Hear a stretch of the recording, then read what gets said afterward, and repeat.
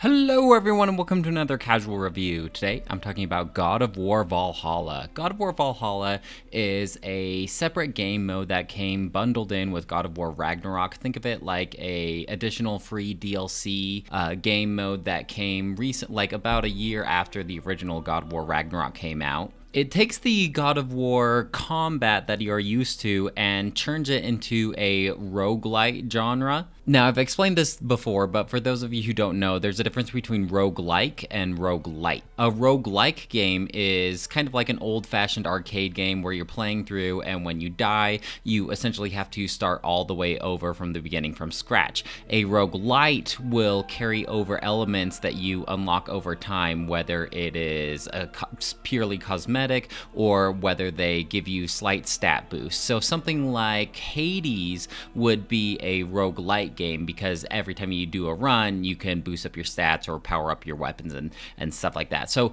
this God of War Valhalla is a roguelite in the sense that when you complete a run or when you fail a run, you acquire certain resources that you can use to upgrade your stats, or you can unlock different bonuses, things like you could acquire more resources when you do a run.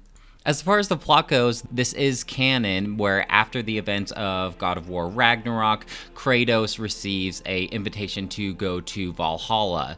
And Valhalla unlocks different parts of Kratos' memory and basically like assembles them into certain little areas. And plot-wise, it's really about Kratos coming to terms with who he was and what he did during the Greek saga of God of War. I'm not very familiar with the Greek saga of God of War. The only Greek God of War game that I did play was God of War 3, and so they would reference certain events that happened previously, and like sometimes the old Greek god Helios tags along and kind of berates you, and so I don't really remember much of that stuff. But I do know from those previous games, like Kratos was not a good guy, and he made some very questionable decisions that some might call selfish. So it's really about like Kratos confronting his past and realizing that he can be a different person now. If I was to compare this game to a different game, it would be Hades, another god roguelite game where you pretty much like choose like what kind of weapon you want to use for the run. So for God of War, that would be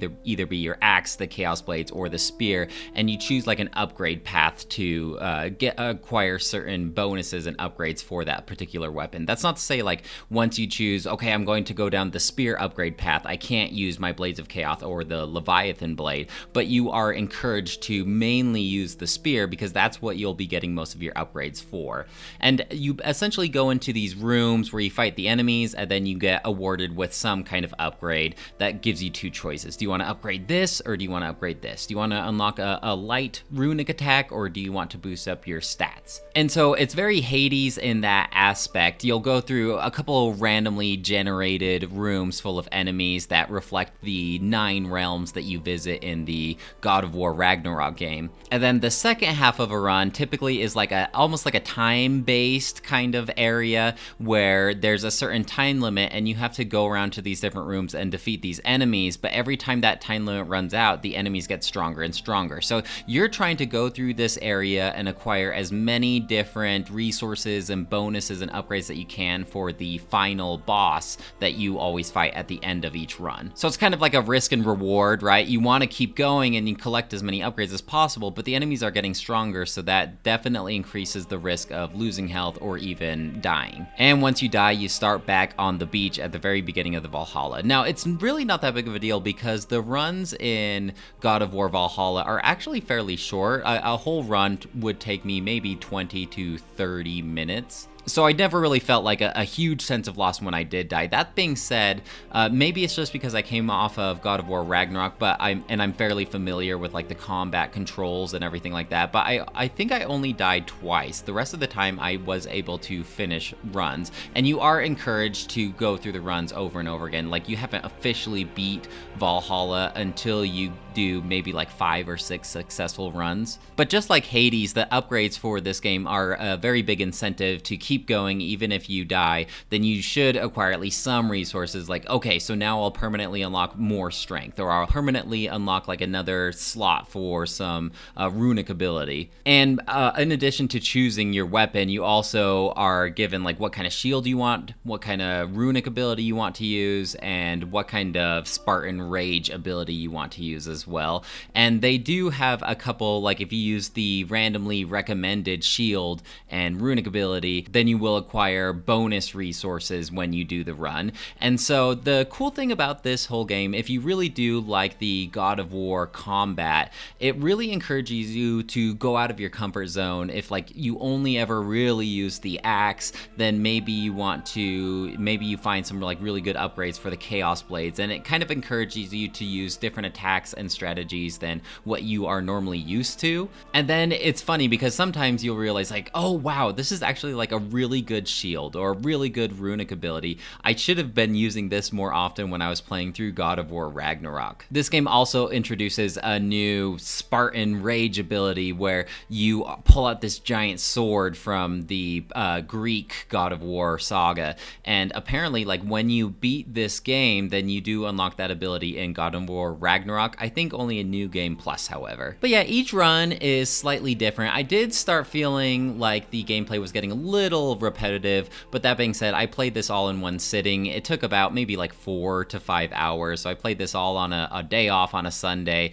and by the end, once I finally did roll the credits on it, I was like, yeah, it was starting to get a little repetitive. Obviously, that wouldn't be as true if I had taken breaks in between each run, but I did start feeling maybe a little bored of it by the end of the game, despite the ways that it does things to like mix things up. You can also, like, in addition to different upgrades and different abilities and different weapons you want to use, you can also like acquire these curses that are like temporary, but if you choose to acquire one of those curses, then after the set amount of fights, then you do get some kind of like bonus upgrade. I feel like they took a lot of ideas and inspiration from Hades, which wasn't necessarily a bad thing. Like, I love Hades. I almost want to go back to playing Hades having played this God of War. So if I was to, in a nutshell, if I was to explain this game mode, it's basically Hades but with God of War gameplay. Overall, I'm going to give God of War Valhalla a 5 out of 5. I had a fun time with it, and the fact that it is like a free DLC with God of War Ragnarok is just like icing on the cake, because it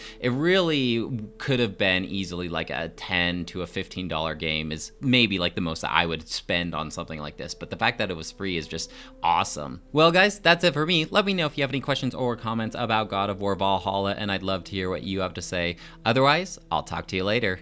Bye!